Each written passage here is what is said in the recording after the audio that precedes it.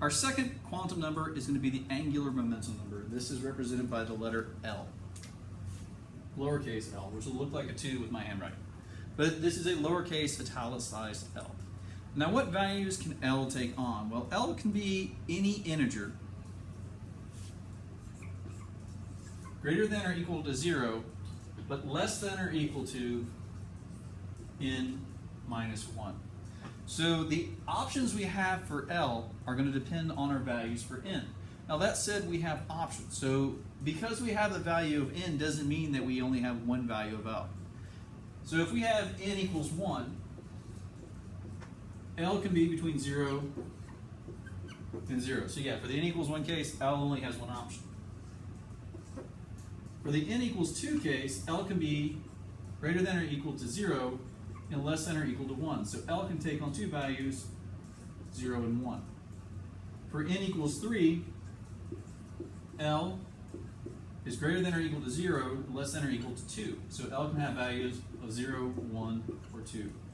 So this is where we're going to have to start. This is why we need L. L is going to have to be specified because n gives us multiple options. So in terms of building on our analogy for an address, this is the street. There can be multiple streets within a city, state, and zip. So this is going to specify what street you're talking about. Now L has a lot of information that gets wrapped up into it. So let's try to break it into little parts. First of all, L is going to specify the number of planar nodes.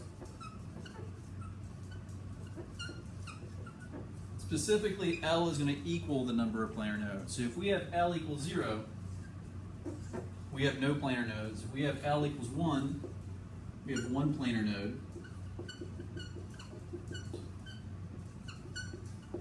We have L equals 2, two planar nodes, etc., etc.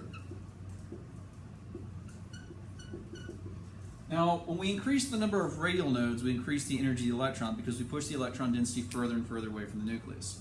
L is also going to have a similar effect. As we increase the value for L, we're going to increase the energy of the electrons, but it's not for the same reason. It's for a similar reason. What these nodes are doing are breaking up the electron density. So as the electron approaches a planar node, it can't go through it. It's a 0% chance of finding the electron, so it can't go through it. So basically what it does is it has to turn around. Now, if you didn't have any planar nodes, it would never have to turn around. But it's like you basically taking a bike, heading towards a brick wall, and having to turn around. There's a lot of energy involved in making that sudden turnaround. Same thing's true for the electron. Now, because it's setting the planar nodes, it's also setting what's called the symmetry.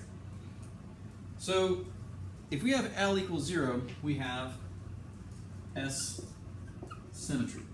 If we have L equals 1, we have P symmetry. And if we have L equals 2, we have D symmetry. Now, why do I bring this up? The shape of these planar nodes is going to depend on the symmetry of the atomic orbital as well.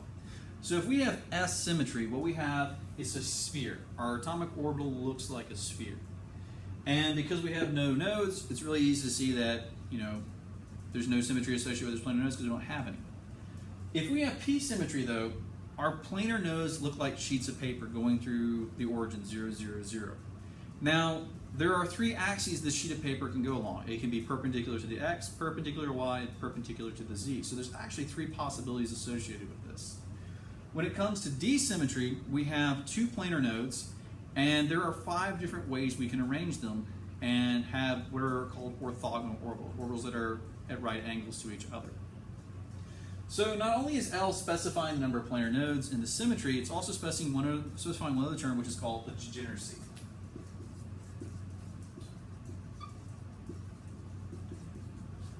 Degeneracy is the number of orbitals that have the same symmetry and the same energy. And our degeneracy is 2 times L plus 1. So if we have L equals 0, 2 times 0 plus 1 is going to be 1. This tells us that we only have one orbital of S symmetry. For L equals 1, we have 2 times 1 plus 1, which would be 3, which means we have 3 orbitals with P symmetry. When it comes to L equals 2, 4 plus 1 is 5. This tells us we have 5 orbitals of D symmetry. So why is this important?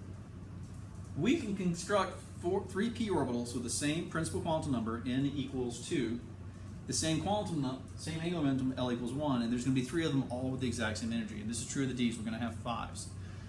So L specifies a lot of things in one big sweep. It specifies the number of planar nodes, specifies the symmetries, and also specifies the degeneracies. Now, sometimes we will use the numbers and the symmetries synonymously. So if we have n equals 0, n equals 1, L equals 0, we won't say that this is 1, 0. We'll actually say that this is a 1s orbital. When it comes to the L equals 1, if we have n equals 2, L equals 1, this will be a 2p-shaped orbital. When we have n equals 3, L equals 2, this will be a 3d atomic orbital. So get used to using these synonymously. When we see L equals 0, we say s-shaped or s orbital. These are being used synonymously. So next video, we'll follow through how we deal with the fact that we've got multiple orbitals with the same energy but the same symmetries.